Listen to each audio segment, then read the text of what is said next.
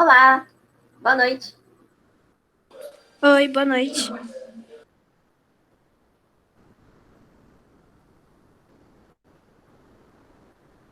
Vamos começar a corrigir? Posso começar? Pode sim. Tá bom, vamos lá então. A primeira questão teve a Voyager, né? Uma das primeiras coisas que a gente viu lá quando a gente estava falando do universo no geral. E vamos ler então. A Voyager 2 é uma nave robótica norte-americana lançada pela NASA em 20 de agosto de 77. A sonda se aproximou dos 4 planetas gigantes do Sistema Solar, produzindo valiosíssimos resultados científicos e as melhores fotografias daqueles corpos e dos satélites obtidos até então. Tornou-se o quarto artefato humano a ultrapassar a órbita de Plutão, em 89. E no final de 2005 encontrou-se a uma distância de cerca de 75 unidades astronômicas da Terra. Daí ele tem uma imagenzinha dela, né? E depois o comando. Sua velocidade atual em relação ao Sol é de 15,3 km por segundo, o que equivale a cerca de 3,23 unidades astronômicas por ano. Assinale a alternativa que traz a que distância em unidades astronômicas a Voyager 2 estava da Terra no final de 2015. Primeiro, a gente pega os nossos valores que a gente precisa, né? Até um ponto ali do como é que é? Enunciado, não tinha nenhuma informação que a gente podia usar. Começou ali nos 75 unidades astronômicas, né? Que é a nossa distância inicial.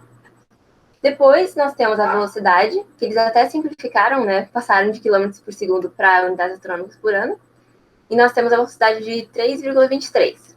E depois o tempo, que ele pediu desde 2005 até 2015, né? Então dá um intervalo de 10 anos. Dá para fazer por lógica, mas também dá para a gente lembrar da equação horária da posição. Acho que é assim que se chama. Não me liguei em verificar isso, mas acho que é assim que se chama. Aí é só a gente substituir os valores, né? E daí acaba numa soma de 75 mais 32,3, que dá 107,3 unidades astronômicas. Tudo certo nessa? Aham, tudo sim. Tá bom. Aí, essa aqui dá um medinho no começo, né? A gente viu bem pouquinho para a sessão. Acho que eu só falei uma vez, quando a gente estava falando lá de movimentos da Terra. Mas a questão até que dá uma norteada bem boa, né? Precessão é o movimento circular do eixo de rotação da Terra. A precessão faz com que o Polo Norte e o Sul não aponte sempre para a mesma estrela ou constelação. O eixo da Terra precessa com um período de aproximadamente 26 mil anos, o que significa que o ponto para onde ele aponta descreve um círculo no céu em 26 mil anos. A imagem traz o círculo de precessão do Polo Sul celeste, em torno do Polo Sul eclíptico, ao longo dos milênios marcados no círculo, onde 2000 corresponde aproximadamente à nossa época atual. Assinale a alternativa que traz o nome da estrela que estará próxima do Polo Sul celeste daqui a aproximadamente 6 mil anos. Tá. Primeira coisa que a gente tem que se ligar é onde começa a contagem desse círculo. Ele começa aqui no zerinho, na beta HYI, né? E a outra coisa que a gente tem que se ligar é onde é o agora que a questão está pedindo. O agora é o 2000 anos. Então, o que ele quer? Ele quer que, a partir de agora, daqui a 6 mil anos, em que estrela vai estar? Então, 2000 mais 6 dá 8, né? 2000 mais 6. 2000 mais 6.000 dá 8.000. Então, a gente encontra aqui que o ponto que ele quer é ali na Aspidisc. Ou algo desse tipo, né? Que é a pronúncia da estrelinha. Mas, para a gente dar uma pincelada no que é o movimento de precessão, é como se a Terra fosse um peão, né? Um peãozinho que a gente gira e ele vai girar em torno desse polo norte, no caso aqui dessa imagem, né? Polo norte eclíptico. Mas o que é a eclíptica, no caso, esse polo norte eclíptico? Essa reta é a reta perpendicular com relação à eclíptica, que é a órbita da Terra, né? Aqui. Então, bem rapidinho, dá para a gente definir assim apreciação, para dar um norte. Aqui, né, é o polo celeste, polo eclíptico do sul, aqui nessa imagem da questão. Aí vamos passar para... Ah, não, peraí. Tá tudo certo nessa questão? Tudo certo, sim. Tá bom. Aí a questão 3. Ah, uma coisa que eu me esqueci de falar. Aqui diz questão 7, né? Mas essa é a questão 3. No gabarito que eles lançaram, cada questão tem 3 versões. Por isso que tá tudo bagunçado assim. Mas é só porque eles fizeram 3 versões para cada. Porque tem a virtual, a presencial e ainda mais diferentes. Eita, tá. Um satélite artificial de massa M encontra-se em uma órbita circular de raio R, em torno da Terra. Seu período orbital vale P. Assinale a alternativa que traz o que aconteceria com o raio da órbita se o satélite tivesse o dobro da sua massa e mantivesse o mesmo período orbital. Essa é a famosa pega-ratão, né? Porque ele relaciona uma coisa que não vai alterar. Para a gente saber disso, a gente tem que lembrar lá da lei de Kepler, a terceira no caso, que é a lei dos períodos. Com relação a isso, a gente vai ver que o raio de uma órbita ele não muda em relação a se a massa do corpo atraído muda, né? Mudar. Isso a gente se liga por causa da formulinha, que é a constante K, ela é constante em um sistema. E no caso aqui, é um satélite com relação à Terra. O que mudaria? O que precisa mudar para o raio alterar alguma coisa? A massa da Terra. Se ele perguntasse assim, o que aconteceria com o raio da órbita do satélite se a massa da Terra dobrasse de valor? Aí sim, teria mudança. Mas como o satélite é o corpo atraído e não que atrai, não muda. Isso a gente pode constatar relacionando as equações das velocidades orbitais. Aqui. Confunde bastante, mas quando a gente se prende à matemática, não tem erro. Aí, tudo certo, né? Tudo sim. Tá bom. Aí vamos para 4. Essa questão, assim, ó, eu achei genial. Se eu fizesse ela lá em 2020, ano passado, olha, eu não saberia fazer, porque eu só fui pesquisar direitinho e aprender pesquisando só nas seletivas, as fases e a direção do terminador lunar, né? Mas eu achei muito bom eles se botarem já na primeira fase. Enfim, vamos ver. Em cada figura, de A até F, a Lua é mostrada em uma fase particular, junto com a posição no céu, que a Lua teria em um momento durante o dia claro ou da noite. A área clara em cada figura da Lua mostra a parte iluminada da Lua visível da Terra naquele momento. Suponha que o pôr do Sol ocorra às 6 horas da noite, às 18 horas, e o nascer do Sol às 6 horas da manhã, e que o observador esteja localizado no hemisfério norte. Aí ele traz as imagens, né? E depois assinale a alternativa que traz a sequência cronológica de cada fase da Lua, de A a F, começando pelo pôr da Lua, às 18 horas. Enfim, o que a gente pode começar a analisar? Primeiro, a gente precisa se lembrar das definições de fases da Lua e também da direção do terminador lunar, né? Que é a direção do bordo iluminado e que está escuro. Outra coisa que eu achei muito interessante é que eles colocaram ali: o observador está no hemisfério norte. Por quê? Exatamente para saber o sentido do terminador.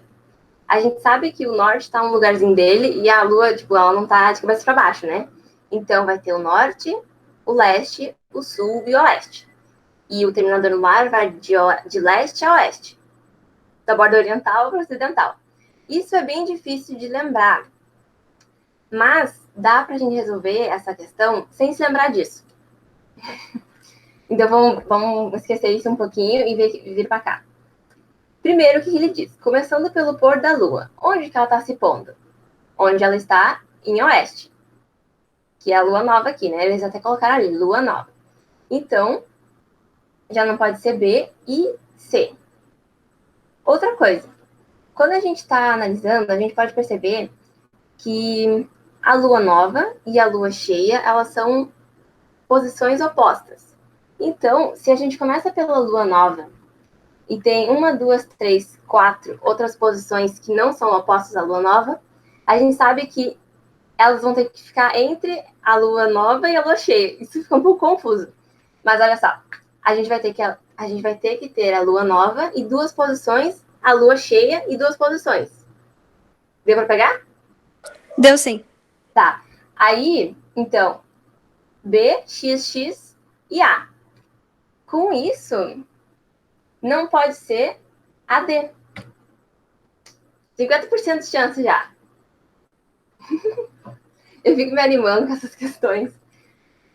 Aí, então, o que a gente vai fazer? Agora sim, a gente tem que lembrar do sentido do terminador lunar. Saiu da lua nova, a gente sabe que a gente está no hemisfério norte. Então, tá. E a gente lembra que depois da lua nova tem que ser a crescente. Aí a gente lembra toda vez que a gente tem uma lua crescente aqui, onde a gente está, a gente consegue ver um C, a lua fazendo um Czinho, né? Só que no hemisfério norte vai ser ao contrário. Então, tem que ser E. Isso. O que confunde também é que eles colocaram contraste para ser a lua nova, né? Contraste de cor. Mas deu para conseguir perceber ali o Czinho? Na E? Deu sim, deu sim. Isso é ao contrário, né? Tá. Tem o B e o E, aí já dava para responder, né? Nem precisava ver os outros. Mas, enfim. B, E, e a gente sabe que vai de direita à esquerda, né? Então, C. Fica um Czinho, um C não, né? Um C ao contrário, mais fino, vamos dizer assim. Depois de C, A, porque a gente já sabe, né? A lua cheia.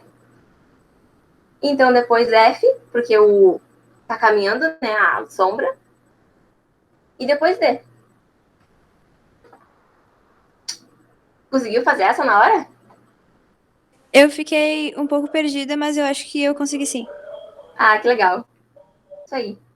Ai, olha só, até me esqueci que eu tinha colocado a numeração. Aí vamos para a próxima.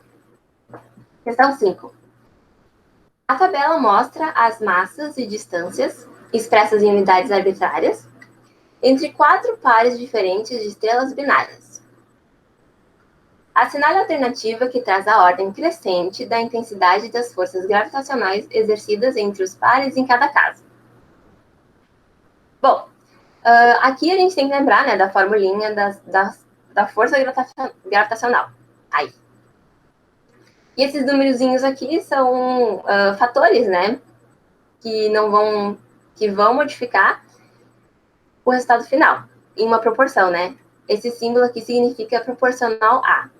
Então, é só a gente substituir, né, essa unidade aqui onde ela se encaixa, na massa ou na distância. E lembrar que a distância é ao quadrado, né? Nada muito difícil essa, né? Essa aí eu não sei, eu acho que eu fiquei perdida. Não sei se eu consegui fazer. Confunde muito às vezes, né? Aham.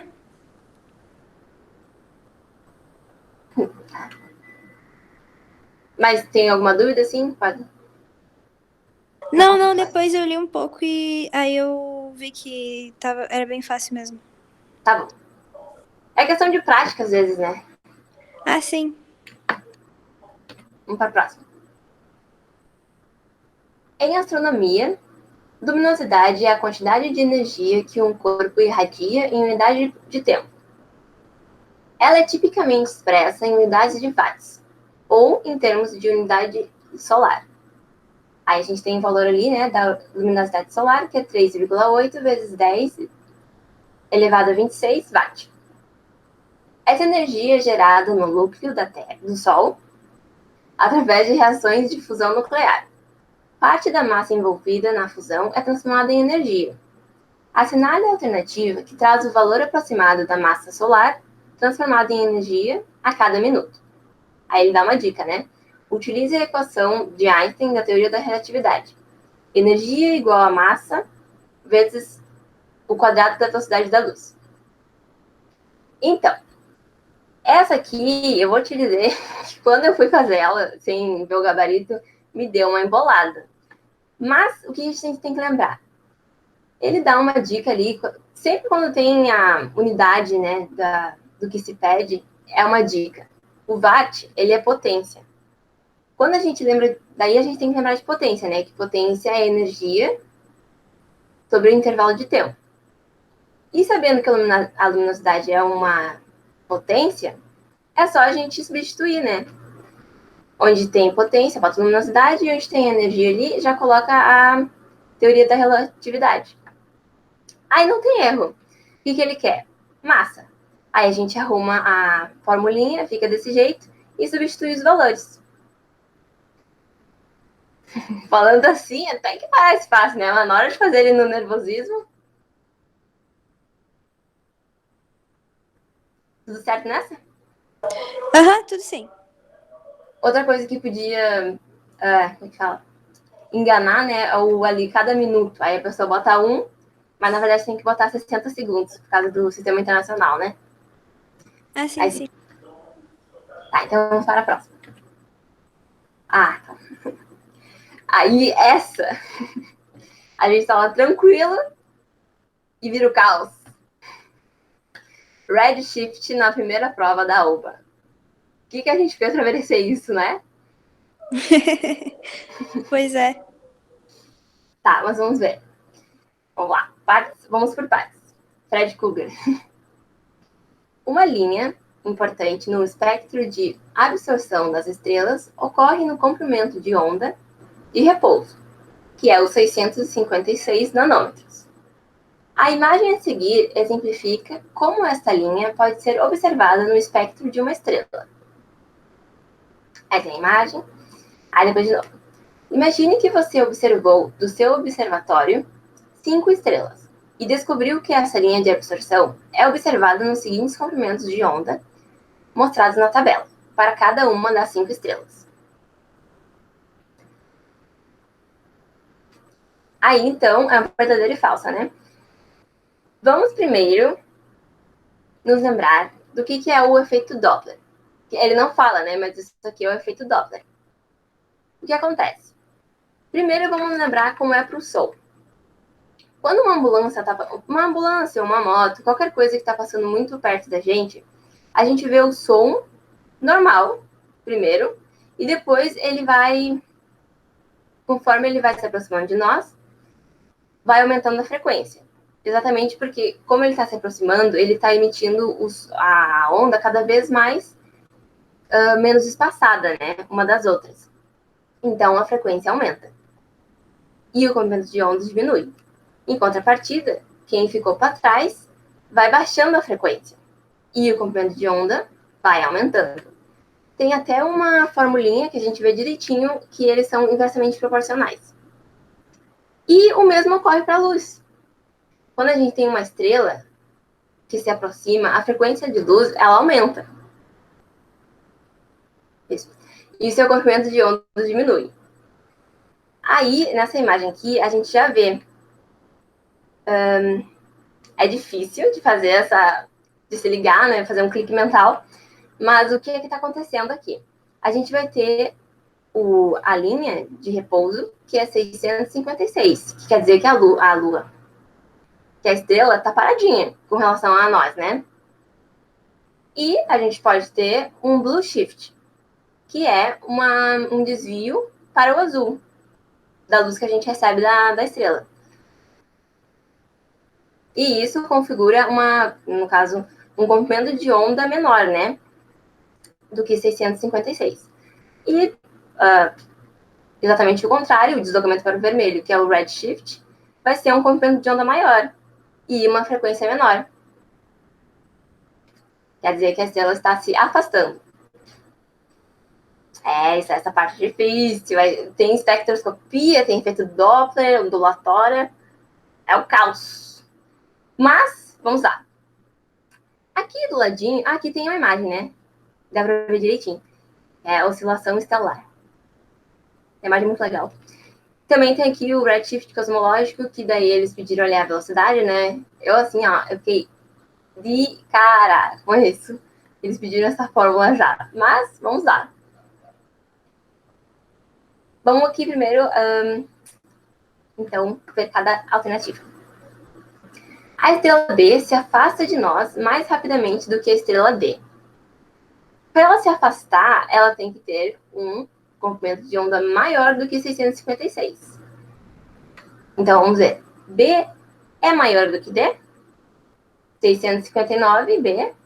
E a D, 657, está certo? A próxima. A velocidade radial da estrela C é nula. O que é a velocidade radial? A velocidade radial de uma estrela é a velocidade que ela está de nós com relação a direção divisada, é assim que se chama, mais ou menos.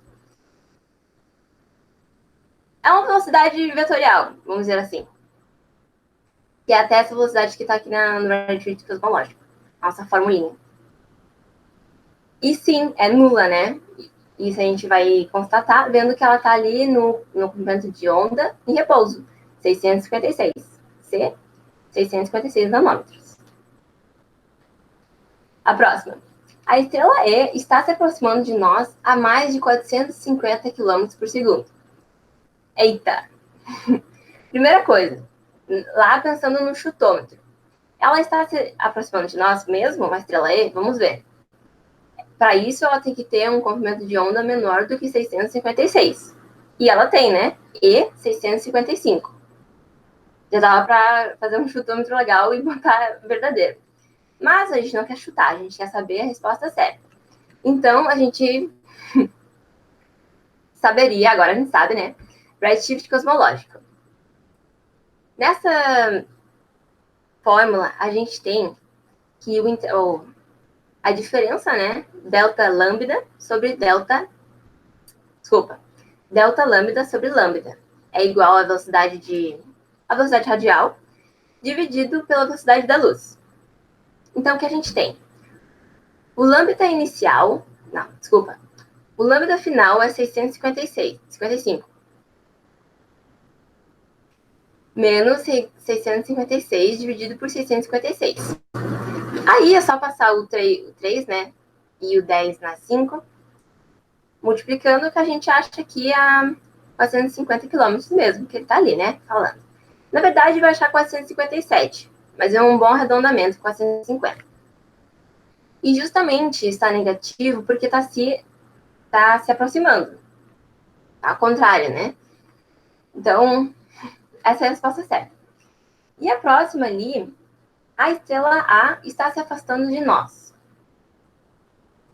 A está com 654, né? O comprimento de onda. Isso configura um blue shift, que está se aproximando. Então, tá falso. Falso. A próxima. Entre as estrelas, a estrela D é a que tem a menor velocidade de aproximação de nós. Será? A estrela D, ela tem um comprimento de onda 657.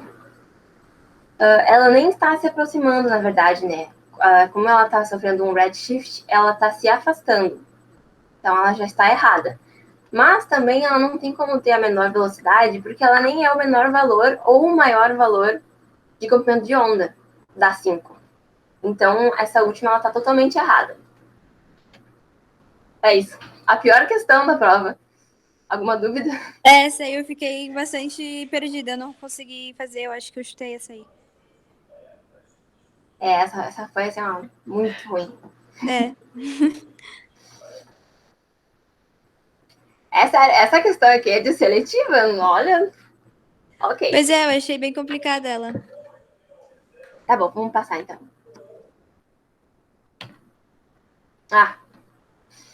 A Júlia esquece de tudo que coloca no slide. Eu tinha colocado aqui uma fitinha para ver direitinho a diferença. Mas enfim, vamos para a próxima. 8. Essa é a primeira questão de astronáutica. Vamos lá. Em 2021, o Jeep robô Perseverance, da NASA, com dimensões equivalentes às de um automóvel, foi colocado em Marte para exploração da sua superfície e realização de uma série de experimentos. Muito se fala do envio de seres humanos a Marte, mas 95% da atmosfera marciana é composta de dióxido de carbono, o CO2. O oxigênio, O2, está presente na proporção de apenas 0,2%. Um ser humano necessita de 720 gramas de oxigênio por dia para a respiração.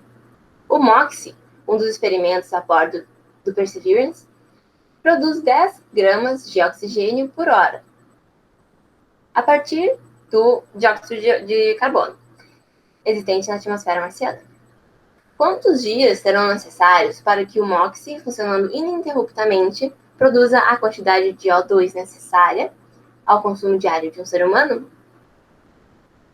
Aí, essa é uma das clássicas questões onde a Bella apresenta uma série de informações muito legais, né, e pertinentes, mas que acaba sendo uma conta simples, né? É só uma regra de 3.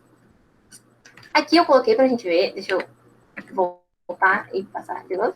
O MOXIE, como ele é, aí cada equipamento dele, painel de sensor, e também o Perseverance, a Perseverance. Foi muito legal, a NASA, né, eles transmitiram no Instagram no começo do ano, se não me engano. Foi bem legal de assistir. Mas, indo à conta, então, sabemos que MOXIE produz 10 gramas em uma hora. Então, a gente precisa saber em quantas horas ele produz 720 gramas. Aqui é a regra de 3, né? 10 gramas está para uma hora, assim como 720 gramas está para X horas. É só multiplicar cruzado. Então, a gente acha que 720 gramas vão ser produzidos em 72 horas. Ou 3 dias. Aí era só dividir por 24, né? Tranquilo essa? Ah, sim, essa foi bem tranquila. Aí, tá bom. Vamos pra próxima, então. Também sobre o Jeep Robô, né? Perseverance da NASA para pousar em segurança na superfície marciana em 2021 teve que realizar uma sequência de manobras aeroespaciais muito arriscadas. Com 1.025 quilos de massa, ao chegar a 120 quilômetros da superfície marciana, o Perseverance iniciou o processo de entrada, registro por tempo igual a 0 segundos na tabela abaixo, descida e repouso. Até o acionamento do paraquedas, a velocidade foi reduzida tão somente em função do atrito entre a cápsula que protege o Perseverance e a atmosfera marciana. Depois do paraquedas, foi acionado e funcionou por 2 minutos. Quando foi ejetado e entraram em funcionamento 8 retrofoguetes que reduziram a velocidade final de 306 km por hora para 3,6 km por hora. Aí, então, a gente tem uma tabelinha e o comando. Baseado nessas informações, assinale a opção que traz o valor aproximado da desaceleração do Perseverance devido ao atrito com a atmosfera. Que informações que a gente tem que usar? O que ele quer? Ele quer devido ao atrito da atmosfera, ou seja, vai ser entre o contato e o acionamento do paraquedas, né? Então, a gente vai usar a velocidade inicial em metros por segundo, né? Porque ali o resultado final está em metros por segundo ao quadrado. E a velocidade final a gente vai usar 420 metros por segundo. Esses dois aqui. E o intervalo de tempo é 240 segundos. Aí é só a gente usar a fórmula da aceleração, normalzinha. Substituir os valores e a gente encontra ali o valor negativo, exatamente porque é uma desaceleração, de 21,2 metros por segundo ao quadrado. Tranquila essa? Sim, tranquilo. Ok. A última. A clássica de resolução e pixel. Nunca pode faltar essa na OBA. Então vamos ver. Em fevereiro de 2021, foi colocado em órbita da Terra o satélite de observação Amazônia 1. desenvolvido e operado pelo Instituto Nacional de Pesquisas Espaciais. O Amazônia 1 obtém imagens de um mesmo ponto da superfície terrestre a cada 5 dias, permitindo, por exemplo, que os alertas de desmatamento sejam mais rápidos. A foto da esquerda, A, representa a região do Paraná em Rondônia, em 1990, e a da direita, a mesma região, em 2010, com uma grande área desmatada, demarcada pelas linhas tracejadas. Aí a gente tem as imagens, né? E o resto ali do enunciado. Cada pixel da imagem do Amazônia 1 representa uma área de 60 metros quadrados. E cada centímetro, medido na imagem do satélite, representa 3 quilômetros na superfície terrestre. Considere que a região desmatada na foto B seja um retângulo de 1,5 por 5,6 centímetros. E assinale a alternativa que traz 1. A área real desmatada em quilômetros ao quadrado. E 2. A taxa média de desmatamento anual, em quilômetros quadrados por ano, para o período em questão.